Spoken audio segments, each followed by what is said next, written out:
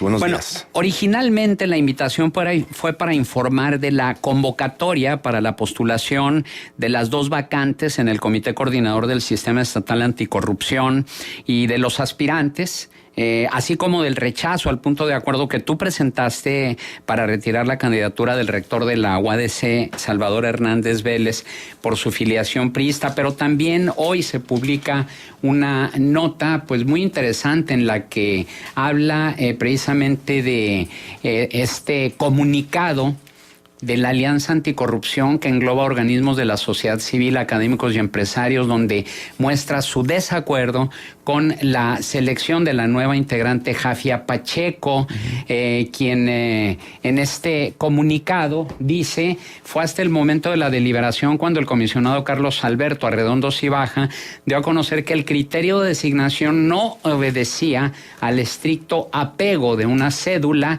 que determinaría en forma objetiva y detallada las calificaciones obtenidas por las aspirantes, como ocurre en las designaciones. Los integrantes de la Alianza Anticorrupción aseguraron que la comisión de selección dio un margen amplio de discrecionalidad que no ameritaba el proceso justificado por el comisionado Arredondo como un derecho del cuerpo colegiado, donde citaron convenciones y organismos de derechos para tal defensa. Se designó a Jafia Pacheco por 4 votos contra 3, violando las reglas de operación publicadas en el sitio de la comisión de selección, que hacían necesarios 5 votos para designar con validez a la nueva consejera, denunciaron. Entonces, si te parece bien, empecemos con este punto. ¿Cuál es tu opinión sobre todo y en qué afecta a la credibilidad del sistema anticorrupción de Coahuila este desmarque que hace la iniciativa privada y las organizaciones no gubernamentales que están aglutinadas a través de la Alianza Anticorrupción? Este comunicado, Juan, Marcela, perdón, es trágico, ¿eh? O sea, sí. A ver, no quiero escucharme exagerado. Es trágico desde el punto de vista en que el sistema estatal anticorrupción fue creado para que los ciudadanos participaran. Cuando este se creó, fue anunciado dentro de sus novedades como que la sociedad civil organizada tendría un lugar, específicamente en el Consejo de Participación Ciudadana, donde ciudadanos de probidad, imparciales y objetivos pertenecerían a este consejo, capaz y con capacidad de crear políticas públicas, establecer mecanismos de medición para ir midiendo qué tanto avanza el combate a la corrupción. Y por otro lado, el mismo comité de selección, que es el que selecciona el Consejo de Participación Ciudadana, está integrado por 5 integrantes de instituciones académicas y de investigación y 4 de asociaciones civiles. O sea, debe estar representado en todos sus distintos consejos y comités por ciudadanos. Me parece lamentable y trágico, como te decía, que ya Alianza Anticorrupción, otras organizaciones y algunas cámaras han dicho: preferimos desmarcarnos del sistema estatal anticorrupción. Es que es simulación. Y es lo que yo he venido señalando en el Congreso en conjunto con mis compañeros del grupo parlamentario del Partido Acción Nacional, que de por sí ya es gris. No hemos visto que el fiscal anticorrupción persiga delitos por hechos de corrupción. Y hoy que tenemos una oportunidad, y lo dije ayer en el debate en el Congreso del Estado, tenemos la oportunidad de poco a poco ir saneándolo, de poco a poco ir aumentando la credibilidad del sistema estatal anticorrupción, aprovechando que hoy tenemos abiertas 2 convocatorias, una la del comité de selección, que es lo que tú decías hace un momento, por eso estoy aquí, para explicarte un poco de por qué presenté el punto de acuerdo y por qué se rechazó, y otros los órganos internos de control que son parte fundamental y eje toral del sistema estatal, las contralorías.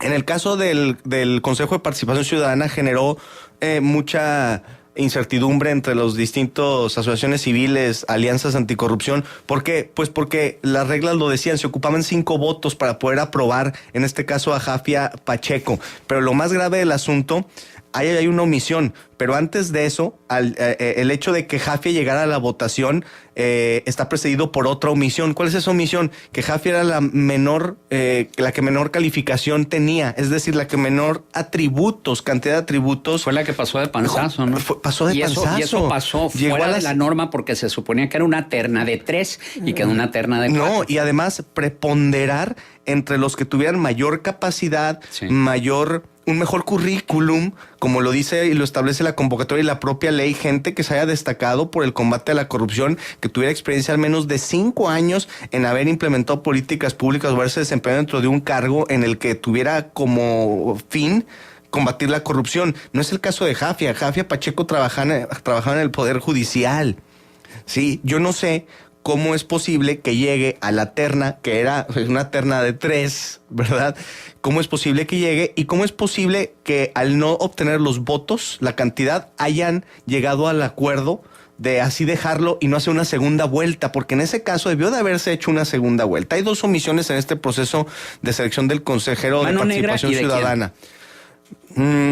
Es el comité de selección quien elige, cabe señalar, y esto nos lleva al siguiente problema. El comité de selección, como tú lo sabes, pues está integrado, como te decía hace un momento, por académicos e integrantes de la sociedad civil. Ellos son los encargados de velar por la legalidad de todo el proceso. Por eso es tan importante hoy que tenemos la oportunidad de elegir otros 2 consejeros con la salida de Blas Flores Dávila y María del Carmen Ruiz Esparza, que sean verdaderamente ciudadanos y que representen los intereses. Los actuales integrantes del comité de selección, que son los que ponen al Consejo de Participación Ciudadana, lo repito constantemente para que el radioescucha no se confunda con tantos términos, porque luego uno viene a hablar aquí de cosas que la gente no entiende. Este comité fue puesto por la legislatura pasada. No entienda, no está familiarizado. No, es que no estás, lo entiendes y lo explicas, pero hay que dar detalle. Este comité de selección fue puesto por el anterior Congreso del Estado. Es donde estaba Blas Flores, que es un funcionario hoy del PRI gobierno, y María del Carmen Ruiz Esparza. Y hoy es lo que tenemos, lo que desembocó en la nueva controversia en el Congreso. ¿Por qué? Porque Salvador Hernández Vélez está postulando para poder cubrir uno de estos espacios que deja o Blas Flores o María del Carmen Ruiz Esparza dentro del comité de selección. Y ahí está, ahí hay digamos, la normativa expresa explícitamente que el consejero no debe tener filiación partidista. Ahí te va cómo está el asunto. Este es el argumento más sólido, más fuerte que puedo encontrar yo para justificar. Primero, la Comisión de Gobernación y Puntos Constitucionales del Congreso aprobó la convocatoria. Sí. Era urgente, no podíamos postergarla. No tenemos mayoría. Me mayoritearon porque yo propuse robustecer y meter más candados al perfil que fuera a ocupar el cargo del comité de selección. Es decir, yo solicité que al menos no contara con militancia partidista 5 años antes de querer participar. Que no haya sido presidente de un comité directivo estatal, municipal y estatal antes de participar. No me lo aprobaron, así se fue. Lo que abre una línea muy delgada entre lo legal y lo legaloide. Entre el que pueda participar Salvador Hernández Vélez, que es de carrera priista reconocidísima, uno de los principales operadores políticos, yo rector de la UAC, y en lo que no lo pudiera permitir. Pero ¿a qué me apego? Al artículo 6 de la Ley del Sistema Estatal Anticorrupción, que dice muy claro, el perfil de aquel funcionario público que vaya a integrar el Sistema Estatal Anticorrupción debe ser imparcial y objetivo. Al momento de manejar la palabra imparcial y objetivo, quedas impedido en este sentido porque las bases establecen, en el artículo 16 y 34, que no debe ser gente que pertenezca a un partido político. Así de fácil. No puede ser gente que tenga intereses. En gobernación sí. Por lo tanto, al momento de rechazarte, lo quiere decir que eso no significa un impedimento, porque alegar, como tú lo haces, de decir que debe ser imparcial y objetivo, caemos en la subjetividad de decir, bueno, ¿y tú cómo me compruebas que voy a ser imparcial y no voy a ser objetivo, tomando en consideración que el hecho de que tú digas, no, es que tú fuiste dirigente estatal del PRI, tú has sido priista toda tu vida, ¿sí? Bueno, pero ¿eso qué? O sea, el reglamento no me impide que yo haya tenido militancia partidista. No, pero el reglamento o las bases de la convocatoria, pero ninguna base, ninguna convocatoria está por encima de la ley del Sistema Estatal Anticorrupción. Eso hay que tenerlo muy claro. Las bases o las convocatorias son enunciativas, más no limitativas. Sí. Esto quiere decir que son casi como una invitación. Es como cuando te invitan a una fiesta. Y la ley sí lo impide. La ley te pide que sean ciudadanos de probidad, imparciales, objetivos, sin ningún interés partidista, y eso específicamente en el 6 como parte fundamental de los perfiles que deben componer el Sistema Estatal Anticorrupción. Eso está clarísimo. Y el 16 y el 34 establece que no debes tener filiación partidista, digo, que no debiste de haber sido, que no debiste haber sido dirigente a nivel municipal, estatal o nacional, que no debiste haber pertenecido al ejecutivo o al poder legislativo o incluso el judicial, y ya se establece como la ley. Pero el no problema hay los aquí, organismos paralelos, por ejemplo. ¿cómo? De los partidos políticos, porque hay organismos dentro de los partidos políticos. Sí, como la Fundación Colosio, también, que es el caso de Juan Adolfo Bombertrap, pero se entiende entre líneas y está definido. No puedes pertenecer a una filial o al partido político, Marcela. Sí, bien establecido en la ley del Sistema Estatal Anticorrupción. Sí, por supuesto. Sí, por eso es que estamos solicitando que renuncie Juan Adolfo Bombertrap, en el caso de él, pues. ¿Sí me explico? Pero entonces, ¿por qué, si tú presentaste este punto de acuerdo y se supone que la oposición es mayoría? Bueno, no somos mayoría. No, la oposición, me refiero a toda la oposición en su conjunto. Bueno, mira. A ver, ha habido el comportamiento de la diputada de Morena. A ver, yo he sido muy respetuoso, o sea, en serio, yo respeto a los compañeros, pues son mis compañeros de trabajo, pero a mí me extraña cómo esta diputada de Morena la semana pasada, en un punto de acuerdo para crear una comisión en materia de investigación a la megadeuda del Estado, se salió para no votar, y en esta vota a favor del PRI. Y en esta vota a favor del PRI. Yo les dije ahí en el debate, a ver, compañeros, la forma es fondo, ¿eh? La forma es fondo en el comportamiento de la diputada de Morena y desde luego en la postulación de Salvador Hernández Vélez. ¿Por qué? Porque siempre ha estado votando en el mismo sentido que el PRI. Siempre ha votado en el mismo sentido del PRI. Cuando el PRI va a favor, ella va a favor. Sí. Cuando el PRI va en contra, va en contra. ¿Cómo fue la votación? ¿Cuántos a cuántos? De tu punto de acuerdo, del tuyo. 12 a favor y 13 en contra. La que dio el 13 fue ella. Ella dio el 13. La de Morena. Así es. ¿Por qué? Pues porque la del PRD ya sabemos que juega allá. A la de Salvador Hernández Vélez. Sí, en el Salvador que es la misma Vélez. que la otra. Que es la misma casi fue la misma votación que la otra. De hecho, la de la semana pasada, como empatábamos porque ella se salió, se tuvo que reponer esta sesión este pasado martes. Ayer igual fue 13-12. Sí, lo increíble aquí es que ella pertenece a un partido que es Morena, en donde el discurso de López Obrador es ir en contra del sistema, ir en contra de la corrupción, como de hecho, uno de sus propuestas fundamentales. Morena. Sí, Benito sí ha hecho un poco de alusión y ha sido congruente en este sentido, pero incluso la compañía le ha votado en contra a Benito prácticamente todo, al diputado de Morena, a Benito Ramírez.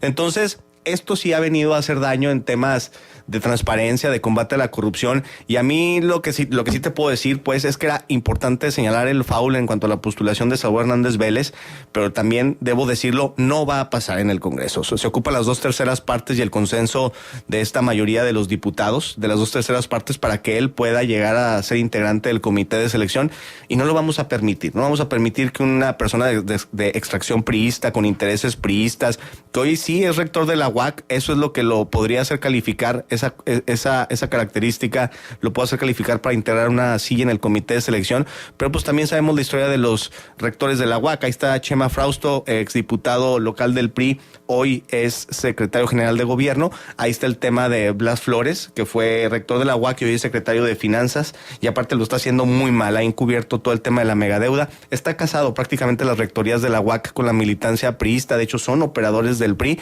y el tema de Salvador Hernández Vélez está más que claro, no va a pasar por el Congreso, no lo vamos a permitir y vamos a velar siempre por tener un sistema de anticorrupción transparente. Si están a 14-13. Se ocupan las 2/3 partes, nadie las tiene. Vamos a tener que llegar a un consenso en pro de la legalidad. Ya en la votación final. Así es, en la votación desde la comisión se tiene que sacar una propuesta en donde ya haya el consenso, en donde haya habido diálogo, en donde se haya permeado por la legalidad, y en los cuadros hay postulantes que no me gustaría decir los nombres para no verme tendencioso, pero hay postulantes brillantes, de carrera intachable, ciudadanos verdaderamente que siempre han trabajado en pro de la educación y la investigación, y que hay que considerar, y no un político más. No podemos seguir permitiendo que el sistema de anticorrupción y el combate a la corrupción se siga enquistando por políticos. Este es un sistema hecho para ciudadanos específicamente. Pues un tema que va a dar muchísimo que hablar. Gerardo Aguado, diputado local de Coahuila, agradecemos tu presencia aquí en Contexto. Muchísimas gracias por la invitación, Marcela y Juan, un gusto como siempre estar con ustedes. Gracias.